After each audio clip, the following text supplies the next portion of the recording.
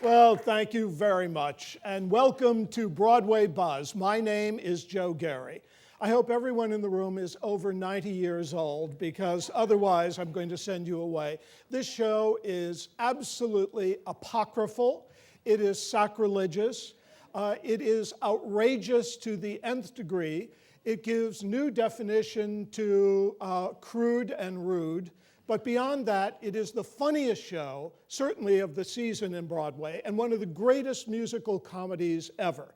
The critics for the New York Times called it the musical of the century.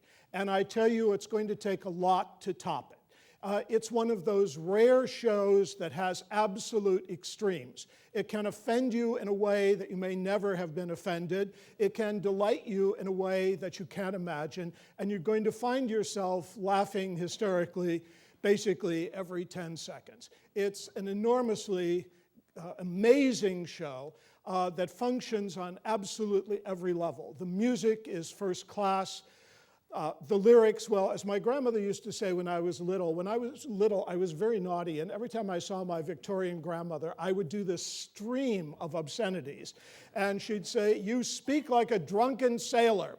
So what I want to tell you about the show is it has the mouth of a drunken sailor, but it has the mind of the great playwright Moliere and the great philosopher Voltaire, and it has the heart of Rodgers and Hammerstein. And we'll talk about all of these levels in the show. It's a show of tremendous extremes. It's a delightful and very clever comedy. It is one of the rarest forms of the musical theater in that it is an original musical. It is not based on a movie. It is not based on a play. They never would have allowed any of those things to happen. But it found its way into the musical theater, and it's a great delight. So for those of you who do have your little Victorian grandmother sitting on your shoulder, when you go into the theater tonight, please take her and place her gently under the seat. Because aside from taking you to new dimensions in obscenity, it's going to give you an uplifting spirit. It's a delightful, remarkable show that really speaks to the human experience. Let me go back and do my own sort of creation story for you. And in this case, it's the creation of this remarkable musical. Let's begin by talking about two young men who have had absolutely an extraordinary career. Their names are Trey Parker and Matt Stone. Now keep in mind, these two young men started their lives in a film school of the University of Colorado at Boulder.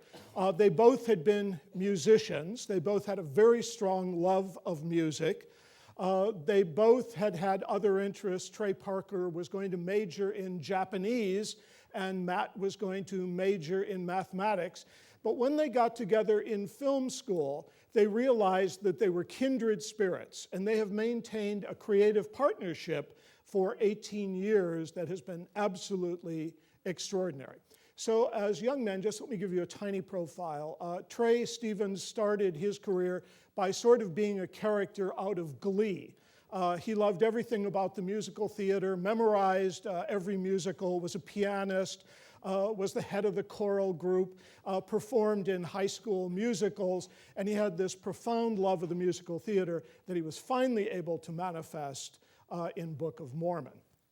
But along the way, he didn't give any signs that he was going to write a really popular American musical.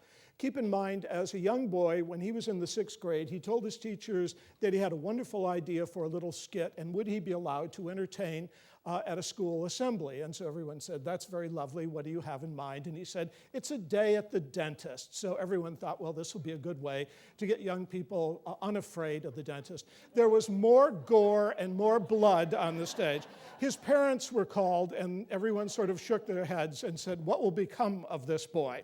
Well, Trey Parker then went on to college, and when he met Matt, they both decided that they were going to create a sort of cartoon animated little movie musical. And so they did.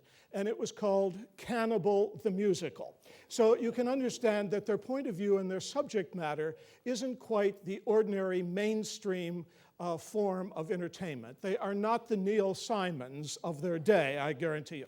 So anyway, how they found their way to success. Cannibal the Musical really wasn't accepted in the film festival that they hoped it would be, but they went to the film festival anyway, and they kept passing around little short films that they had created. And one was lovingly called Santa and Jesus. Well, Santa and Jesus was this delightful little animated short that showed Santa and Jesus having a fist fight at Christmas.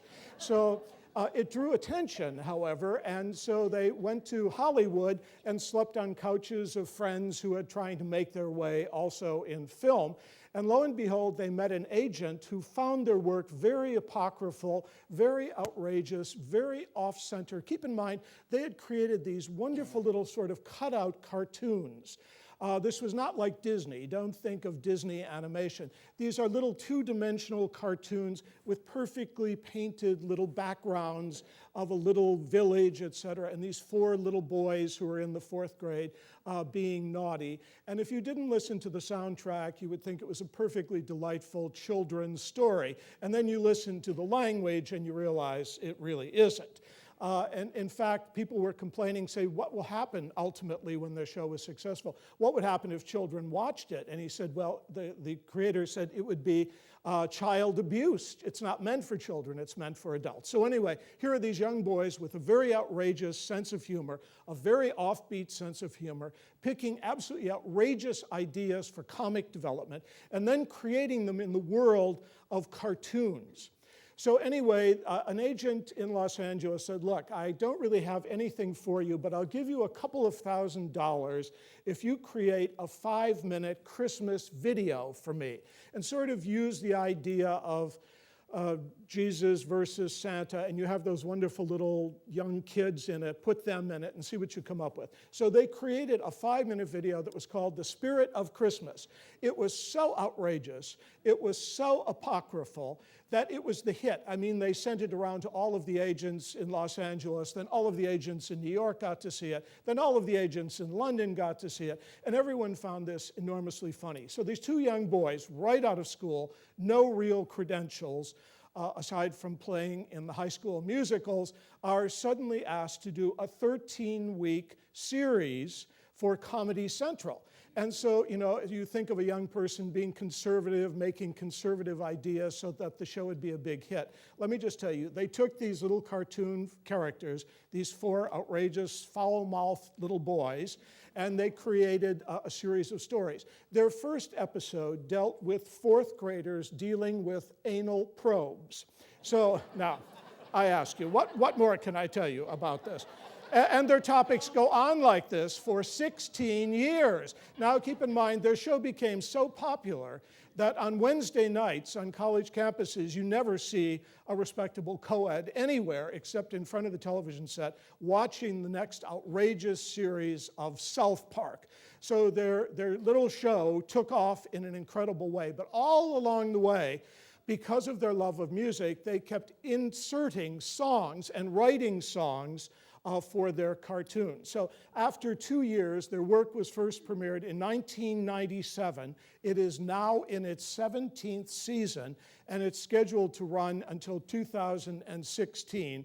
But I don't think that their cult followers everywhere from India to Indonesia will ever let them stop in these outrageous little cartoons that they create. And all of the topics, most of them are unspeakable, but they're enormously funny, and they've drawn this very large audience. But what I want you to be aware of, in these years, they have learned an enormous amount of what is funny. And keep in mind, it's putting characters in a situation always. So watch for that. I mean, you're dazzled by so many things in the show tonight. But quite simply, the musical that they've created is a sort of buddy musical, a sort of Abbott and Costello going through a series of events. And just watch how brilliantly they're placed in these environments and situations, and it's what makes for the humor. It isn't simple vulgarity, and it isn't simple obscenity. It is the mixing and developing of very interesting comic characters, putting them to comic tests in a very interesting environment. The same thing they really do in their cartoons. If you followed South Park, most of you would not admit it. I have to tell you, I didn't start watching it until about 3 months ago, and I must confess, I started by saying, I must be from Mars. I have no idea what this is about. But finally, I really got into the world of these two men and their zany sense of humor, and I started really seeing the comic skills they had in developing this. Okay, so in the second year, so we're now into 1999, they were asked to do a movie version of South Park, which they did, which was enormously successful. But in it, first of all, the producer said to them, there's one thing you must not do. You must not put music in it. So, of course, they wrote a large number of songs that were promptly put into the show. And they were nominated for an Academy Award for one of the songs they wrote that was called Blame Canada. Now, they always take Canadian characters and make them very disreputable. And the Canadian characters, when they speak, instead of speaking through their mouths, their heads sort of open and move like this. So their sense of humor is amazing. They say that they are equal opportunity offenders, and they certainly are. So in any case, the movie happened. The movie was nominated, as I said, the song was nominated for an Academy Award. There was another song that became so popular on college campuses, everyone sang it, and forgive me for saying it, but it's called Kyle's Mother is a Bitch. So that was the kind of humor that was going on in this show. But now, let's go to a sort of lightning bolt, a quirk of fate, and enter a young man named Bobby Lopez. Now, Bobby Lopez is an aspiring composer in New York. So the year is 1999. Bobby Lopez is just sort of graduating from the BMI Musical Theater Workshop. The BMI Musical Theater Workshop is extraordinary. They take young artists interested in the musical theater. You can't just pay to go there. You have to win a place in the organization. And it's based, of course, on your talent. So here's this young boy, Bobby Lopez, who was born in Greenwich Village, who early on was sort of coached by Stephen Sondheim. And so he obviously had this tremendous musical gift. He went to BMI, where he met both the young girl that he would marry and his new partner, and that was called Max. And the two of them together then went to see South Park. And when they saw the movie of South Park, they said, this is exactly what we want to do. We want to create a cartooned musical where we use puppets and people. And so this, of course, they went to see South Park. They were so inspired by it that they sat down and then wrote the musical that would become Avenue Q. So now we have now moved to 2003. Bobby Lopez is no longer living in the ghetto trying to support himself as a musician. He has a big, fat, sassy success with Avenue Q. Now, enter the two South Park boys. They are in New York because they're creating a new movie called Team America. And they're working very closely with the great producer, Scott Rudin, who's a Hollywood producer, but also a Broadway producer, and he would ultimately become the Broadway producer of the show you're seeing tonight. In any case, Scott Rudin said, on your free night in New York, you're doing this new movie about puppets, and you really have to see the defining puppet musical, Avenue Q. So the South Park boys go to see the show. They totally fall in love with it, and they're blown away when they read the program, because in the program it says, in Bobby Lopez's biography, it says, I was totally influenced by the work of South Park, and without the brilliance of South Park, I never would have been able to write this musical. So, you know, the South Park boys are feeling mighty proud of themselves, and lo and behold, Bobby Lopez was in the audience that night, so they all went out for a drink after. And Bobby Lopez saying to these men, who are like 5 or 6 years older, thinking of them as the older statesmen in the arts, saying to them, you know, now I've had this big success, I don't know what to do next. What should I do? And so the other guys, feeling very wise, and said, well, what do you like? And the answer was, he said, well, I find Mormons funny. And with that, they all embraced, because the two South Park boys had always found the Mormons as being funny, and they found their religion even funnier. Now, I'm sounding apocryphal, so please, if you're Mormon, forgive me. But so they all hugged and embraced, and they said, well, why don't we, this is the lightning bolt, why don't we write a musical together? And so they did. And what happened then was a 7-year odyssey of working on this original musical. So they were creating the story, the characters, the situation. Very early on, they went to Salt Lake City, Utah, which of course is the spiritual home right now of the Mormon religion. And while they were there, they interviewed a lot of young Mormon missionaries who are the young boys and girls who at age 19 go off for 2 years with the aim of converting people to their religion.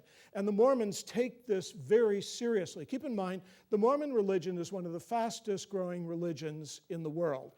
And so they realized very early on that they were going to do a musical about, and they always send 2 missionaries at the same time.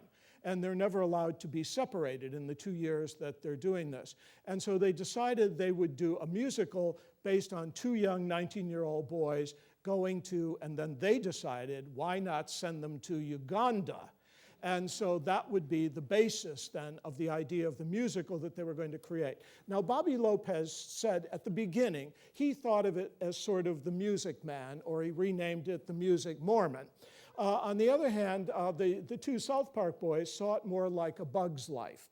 So they knew that this was going to be an outrageous story and an outrageous adventure. And again, just like all of the things that the boys had developed in South Park, it was taking people, these 2 young Mormons, who live in this environment of sort of high degree of optimism and love God every day and smile and ring as many doorbells as you can, get as many converts as you can, to this wonderful religion. There's this very uplifting quality about Mormonism. And so on the other hand, they were going to take these 2 boys then and put them in this world of Uganda, where of course 80% of the population has AIDS. They are governed by warlords. The country has been in shambles and political unrest for years. They still practice primitive arts like female circumcision. So all of this seemed perfect. I mean, what darker place in the world could you put these 2 young, smiling, upbeat Mormons than the world of Uganda? So they took 3 years sort of developing these ideas. And now we're in 2006. Avenue Q has been so successful that it's moving to London and ready to open in London. All the 3 boys realize that they can all be together in London for about a period of a month. So they lock themselves away in a hotel room and they chisel out the first 5 songs of the show. Now I want to tell you that when they were conceiving this, they weren't sure if they were making a movie, a television series, or a Broadway musical. Well, Bobby Lopez, who from his earliest childhood had been involved in musical theater, said there was no question that it had to be a Broadway musical. So after they put together these 5 songs, they decided to have a reading in New York that they paid for themselves. They did a series of 3 readings in New York over a 2-year period. And the moment that the South Park boys heard real actors speaking the lines and real actors singing, they knew that that's the way the show had to go. But I want you to understand this was so meticulously done. They would develop a small part of the project, both in terms of script and music. They would present it. The first reading they did was called a 29-hour reading, which means in the equity laws in the theater that govern actors working in the professional theater, the 29-hour rule meant that you could have a workshop. You could only rehearse people for 29 hours. They wouldn't memorize the parts, but they would read them and read them with scripts and read them for a small invited audience. And that's what they did, and they kept chiseling away the idea. Very early on, in the first reading, you'll see these 2 characters in the show. They're sort of like Abbott and Costello. They're sort of like Dean Martin and Jerry Lewis. They're not unlike the 2 men in The Producers, but they're buddies going through an experience. One is sort of young and perfect, Elder Price, and he's sort of the Donny Osmond of the piece. And the other one, Elder Cunningham, is sort of a nerd and never gets anything right and has this terrible problem of lying. And so they had these ideas in mind. Very early on, they found the brilliant actor who who would create the comic role of the Costello character. So from very early on, they had a very strong handle on the character of Cunningham. But the character of Price, they couldn't quite figure out what to do with the straight character, the sort of perfect young man, through the whole musical. And they used large numbers of very important New York actors doing the readings, but they could never quite get the handle on this. So they continued writing, knowing that the comic secondary part, they knew where all the humor was. They knew where the humor was now in the African community, and they were trying to put these pieces together. So we're now sort of halfway through this process. We're in about 2008.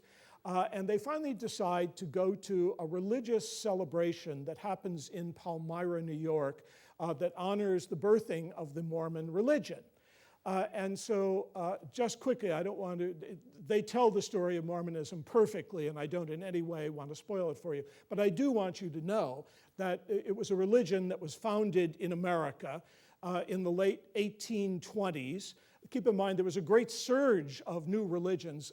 People came from Europe being so oppressed with religious ideas that when they came to America, anything was possible. So there were large numbers of new religions that sprung up in the same period of time, including the Shakers and large numbers of other religions. But in the case of Mormonism, it has a very difficult sort of origin to believe in.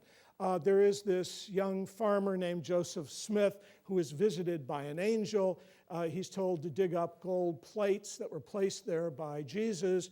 That would be sort of the third book of the, we have the Old Testament, the New Testament, and now we have this new book. And he digs it up, and it's written in Egyptian hieroglyphics. In 2 years, this sort of uneducated farmer was able to translate that. Keep in mind, Egyptologists have been struggling for centuries over never being able to translate the hieroglyphics. But in any case, this farmer was divinely inspired, and he was able to translate these plates. And it became, in 1830, and published for the first time, a 600-page book called The Book of Mormon. And that, of course, is the basis for the religion. As in any religion, it's very difficult to ask very specific questions. Faith is a very important idea in all religions, of course, but here we have a lot to cope with. Okay, so in any case then, Joseph Smith started gathering people and started making converts. He was sort of driven out of New York State. They went to Missouri, where they thought they found the Garden of Eden. They were driven out of Missouri. They went to Illinois, where finally there was a demonstration and Joseph Smith was killed. And the end result was then one of the members stood up, Brigham Young, and said, "I will lead you to the Holy Land," which he did. And he led the largest migration in America that we've had of humans crossing the country, and they crossed to Salt Lake City, Utah, and created the Mormon religion. In the interim, the government called them terrorists. They tried to secede from the Union. They became polygamists. There's a lot of stuff that goes with Mormonism.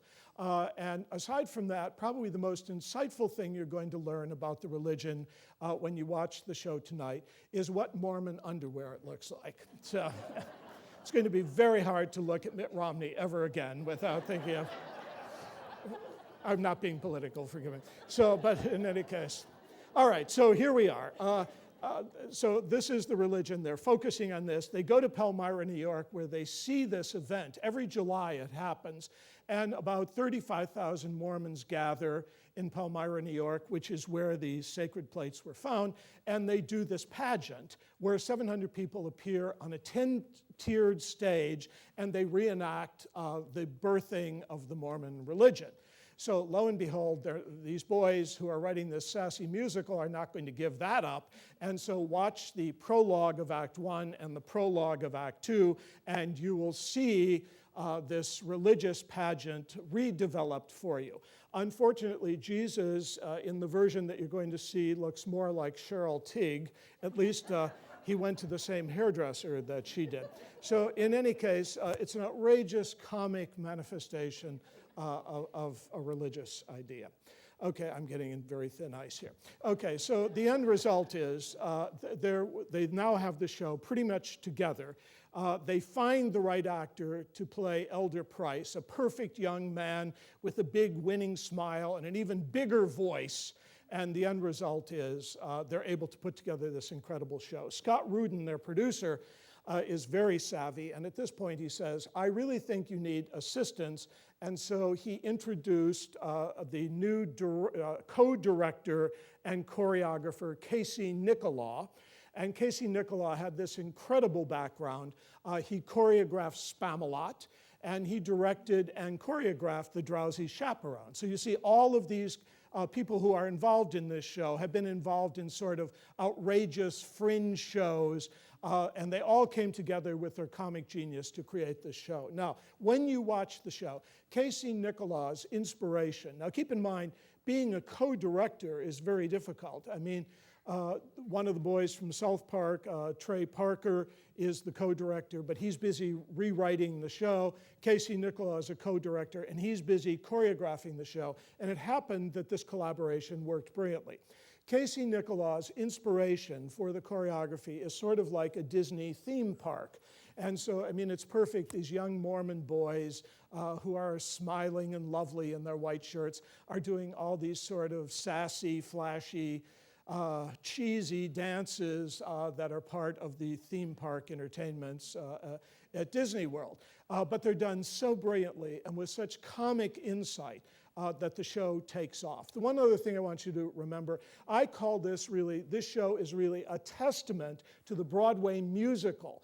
And one of the things to make comedy funny, especially when it's outrageous as this is that you have to use things that are familiar. So listen very carefully. You're going to hear takeoffs on The Sound of Music, on The Lion King endlessly, on The King and I. There's incredible treatments. You even hear a little bit of Wicked and Fiddler on the Roof in this show. And the way they develop it in the songs is so skillful. And this, of course, is Bobby Lopez and the brilliance he's had from that musical theater training he had. Also, the arrangements are astonishing in this show. Everything about it from the first moment, it beguiles you. And there's a song in the show called Turn It Off. And if you get offended by certain words, just turn it off for a minute and then turn it back on quickly because you don't want to miss anything else. And you will understand by the time the show is over that it does have a kind of spiritual heart to it. So finally then, what I'd like to tell you, in the show you constantly hear doorbells ringing because that's how the young Mormon missionaries get to reach you. So, my name is Elder Gary. And I would like you to repeat after me. Casa, diga, ibawe. You've just spoken the vilest lyrics that have ever been written on the Broadway stage. So now when you see the show, you can't be offended because you have said them on the radio. So thank you and enjoy.